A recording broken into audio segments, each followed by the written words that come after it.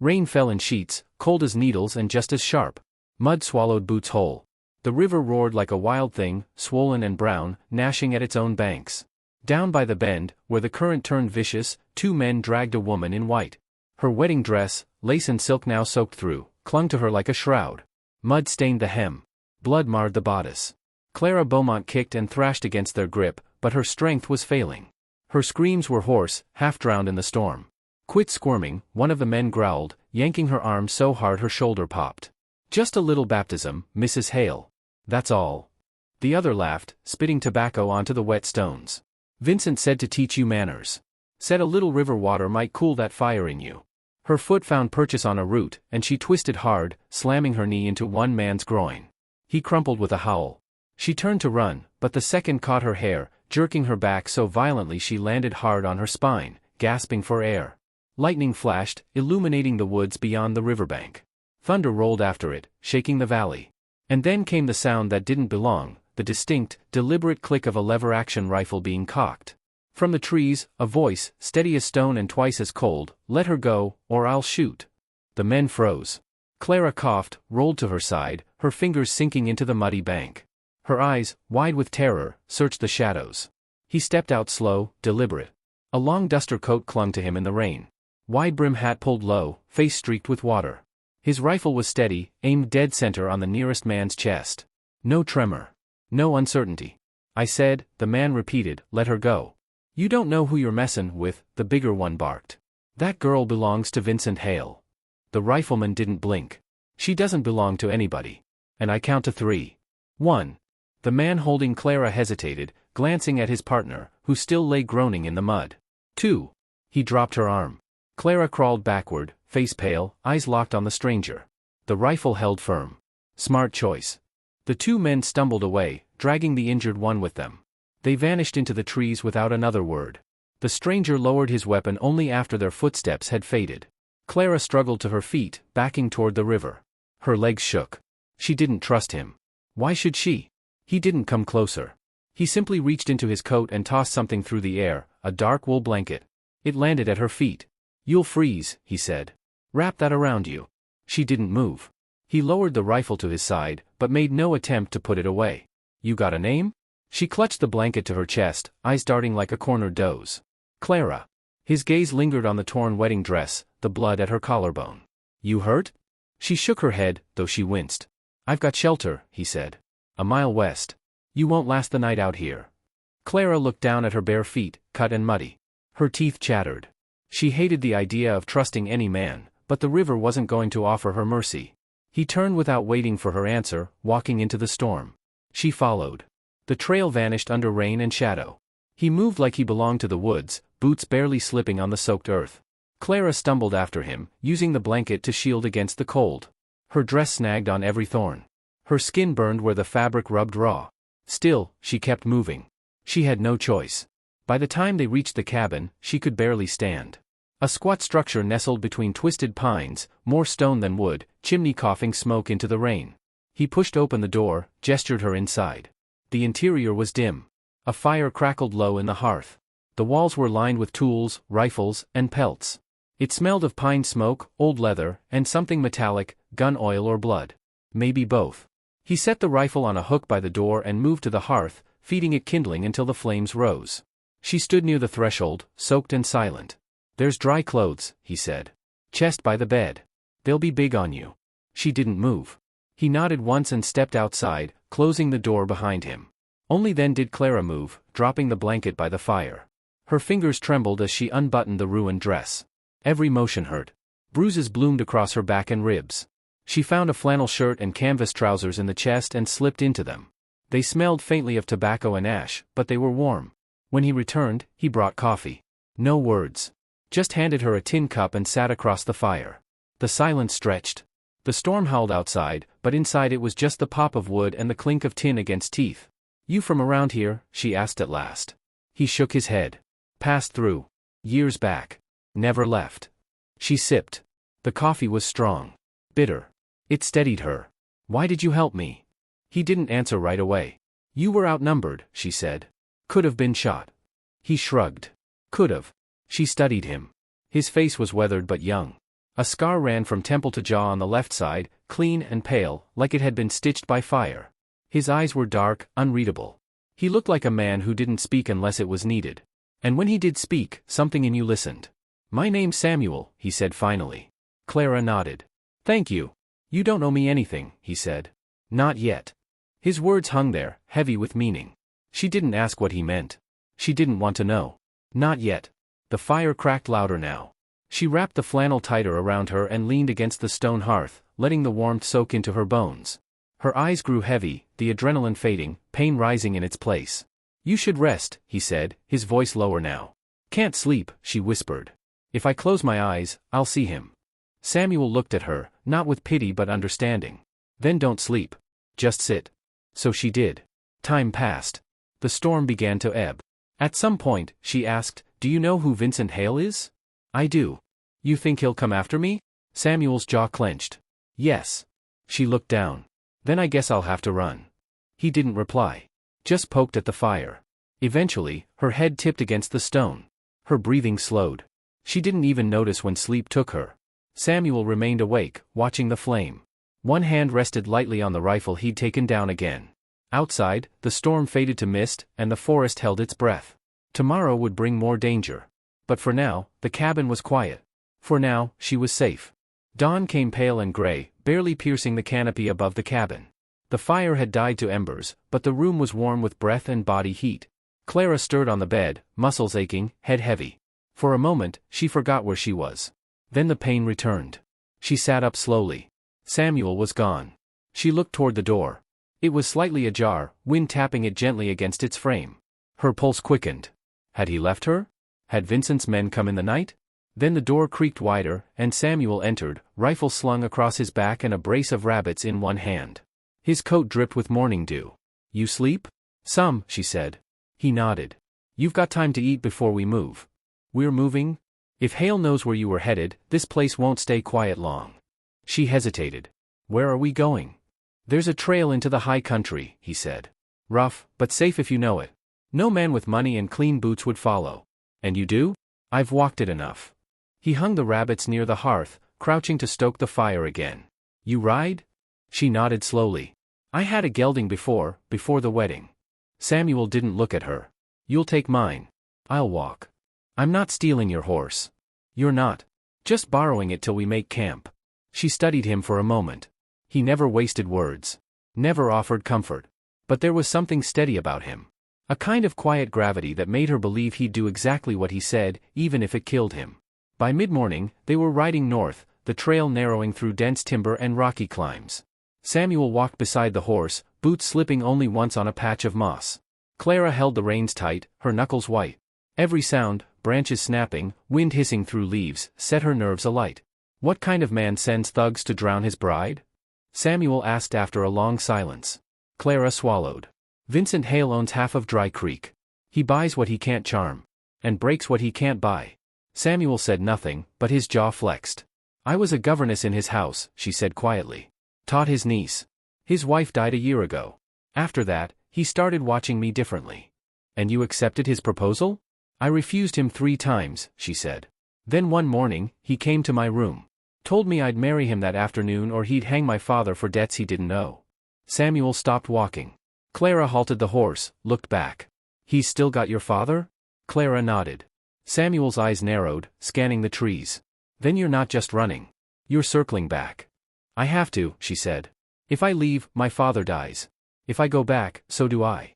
He didn't answer. Just kept walking. The trail curved around a ravine, steep and slick with runoff. Clara dismounted to walk beside him. The quiet between them now wasn't tense, it was shared, like 2 soldiers marching in silence.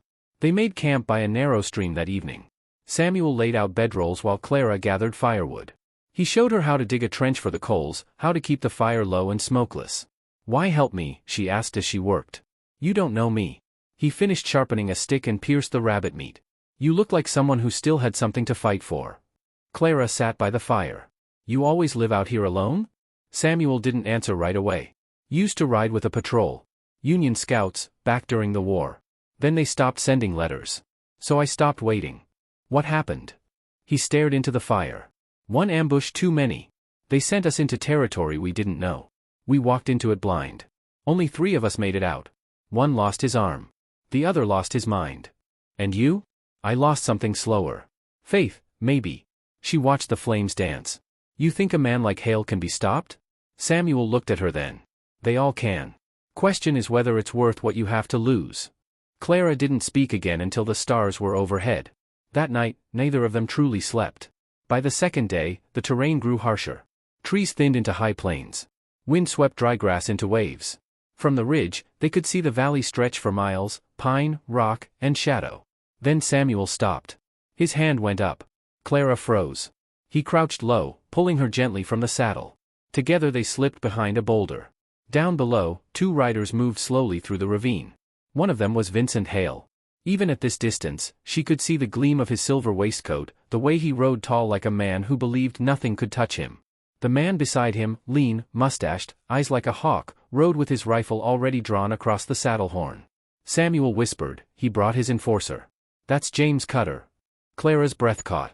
She remembered Cutter from the wedding. The way he watched her. Like a snake coiled and waiting. They must have found tracks, Samuel murmured. We'll have to take the river path. It's longer, colder, but there's no trail to follow. He helped Clara back onto the horse and led her down a hidden slope behind the ridge. They moved swift and silent, every hoofbeat muffled in snow patches and fallen pine needles. By nightfall, the river was in sight, a silver ribbon winding through a rocky gorge. Mist curled above it like smoke. Samuel pointed to a narrow stone bridge, half fallen, barely passable. Clara looked doubtful. That doesn't look stable. It's not, he said. But Hale won't risk it. Not with that horse and coat. They crossed slow, 1 step at a time.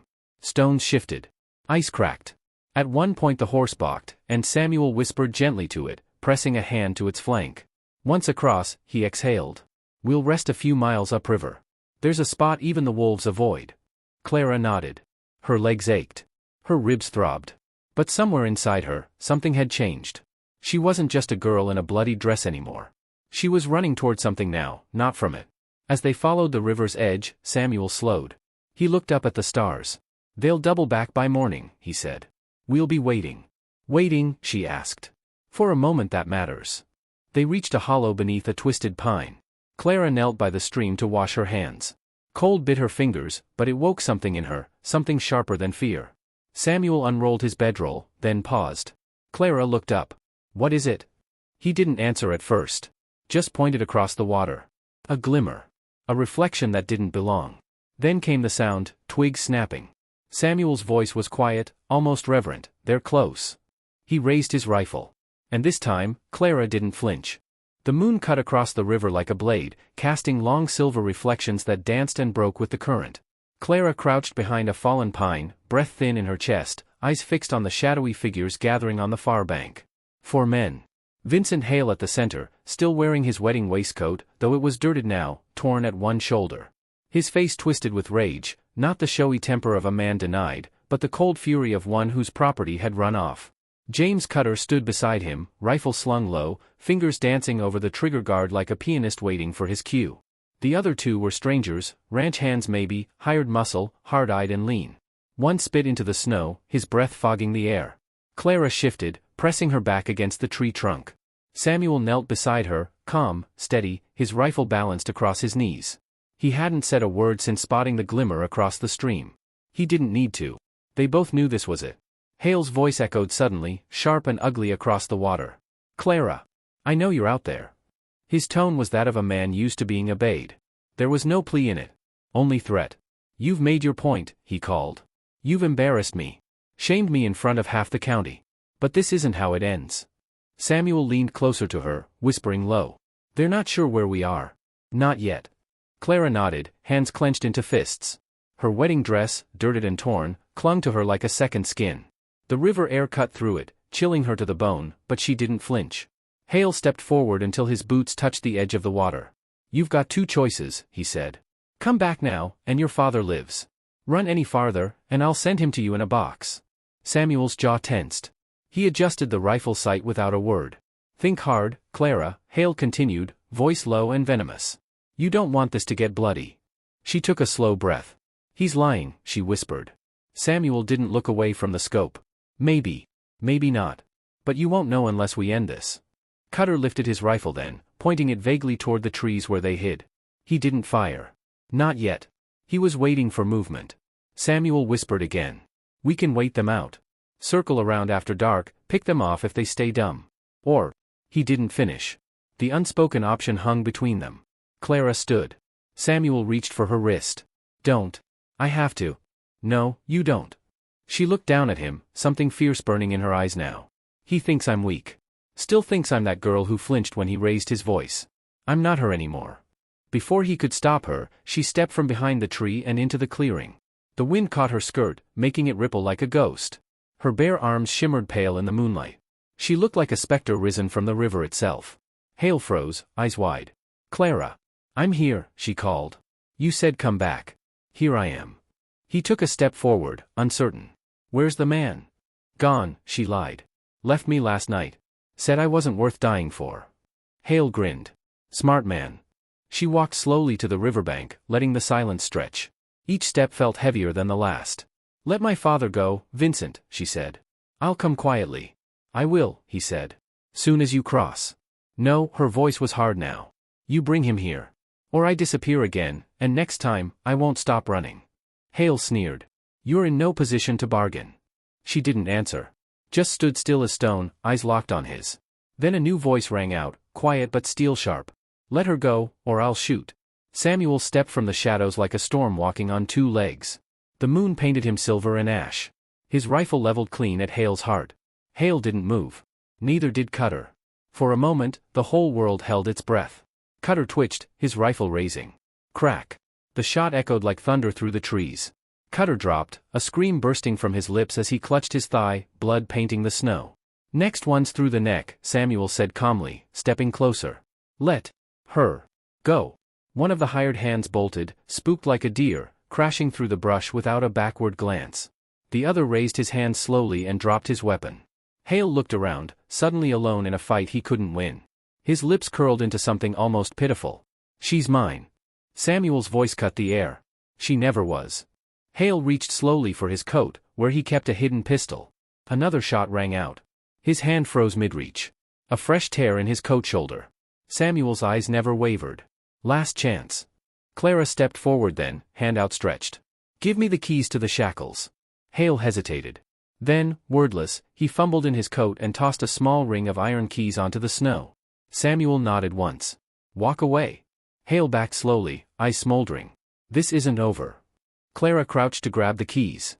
Yes, she said, it is. By morning, they reached the edge of the Hale estate. Samuel stayed back in the woods while Clara slipped through the fences, dressed now in a simple coat and trousers Samuel had given her.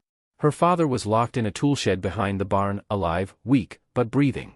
She brought him out with care, her heart lifting when he smiled faintly at the sight of her. You look like your mother, he rasped. Come on, she said.